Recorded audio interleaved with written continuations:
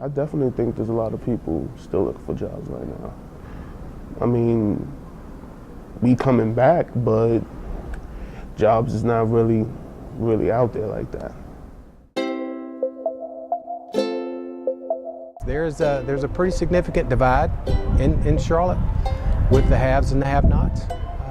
And in this area of town, in this part of this city, there are many more have-nots than haves.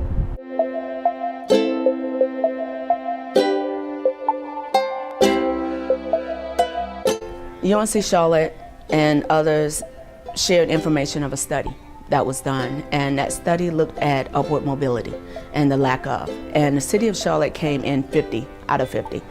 What does that mean? That means if you are born into poverty, you're looking at less than a 1.5% of, through education and opportunities, accessing your way out of poverty.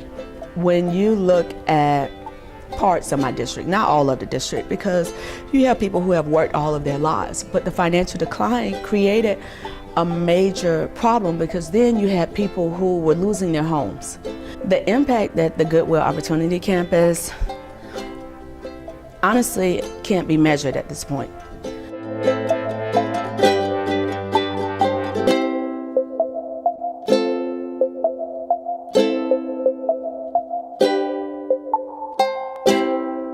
Our mission is changing lives through the power of work. But when you really boil it down, what we're really here to do is to give people hope and to partner with them on their life journey. So when someone comes to Goodwill, they typically are coming because they need a job, and that's what they say, I need a job. And so our job is to really stop for a moment and engage them in very thoughtful questions about what is it that they're really looking for, and how can we, through our multitude of resources and supports, allow them to realize kind of their maximum potential. I think the best way to describe the impact of new markets tax credits is it's that leverage investment. And it's those leverage investments that allow us to then invest in the people that come here for services. So it's an investment in the overall elevation of the livelihood of people in poverty.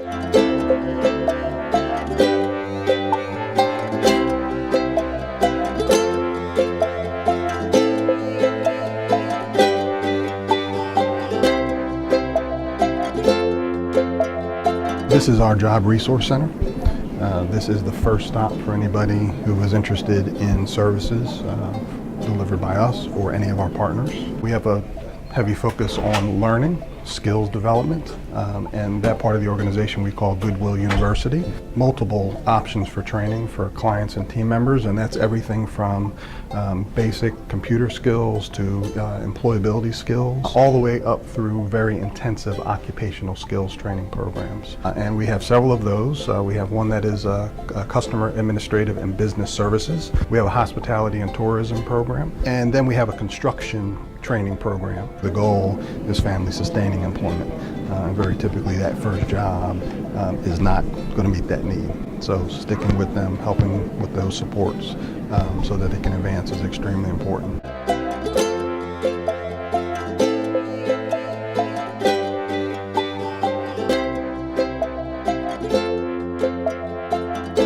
Look, man, dedicate 6 weeks and you can have a career.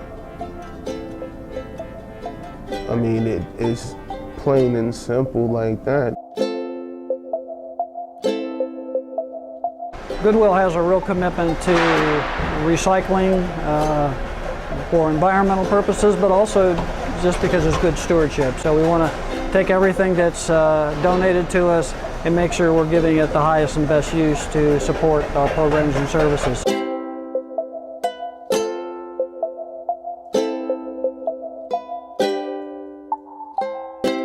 So this space has allowed us to work in partnership with Duke Energy to recycle their electronic meters, and we would not have been able to offer that opportunity if it hadn't been for the additional space here.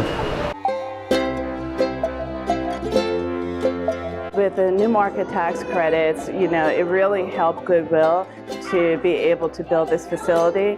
And part of their strategy was to really identify key partners. And so as a key partner, you know, we were able to leverage that for them and to provide medical services to the individuals who are coming to Goodwill.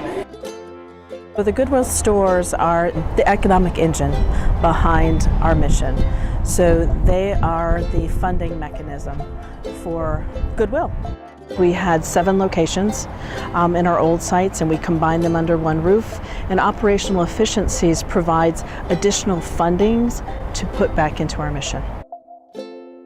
We're a social enterprise, and so we benefit from using business principles in terms of how you operate a smart business to be able to serve our clients and allow the folks in the community to come to Goodwill and receive services at no cost to them.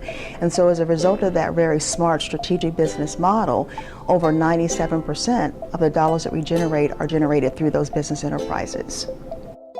With the Economic Opportunity Campus, you know, one of the ways that we're seeing is so many of our meetings of our partners, meetings of corporations, are taking place on that center, on that campus, which has been really cool just to see the number of people who maybe never would go out there are now going out there for meeting after meeting.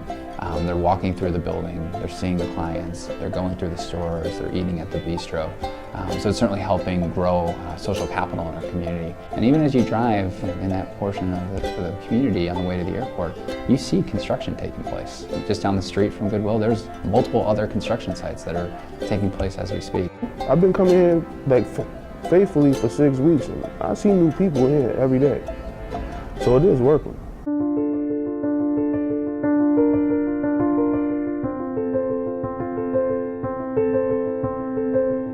Before I do our invocation, I'd just like to give a few encouraging words to all of our graduates. First of all, congratulations on your outstanding accomplishments.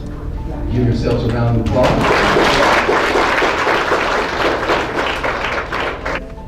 Dante Montague.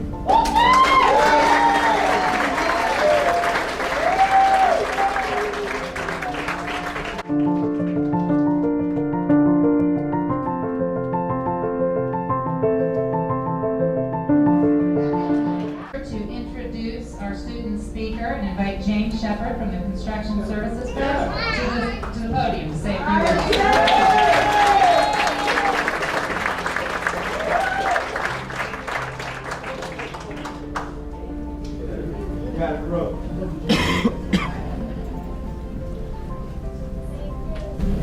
Statistically, I was never supposed to make it this far. Really express how I was feeling, but I'm just overtaken right now. You good.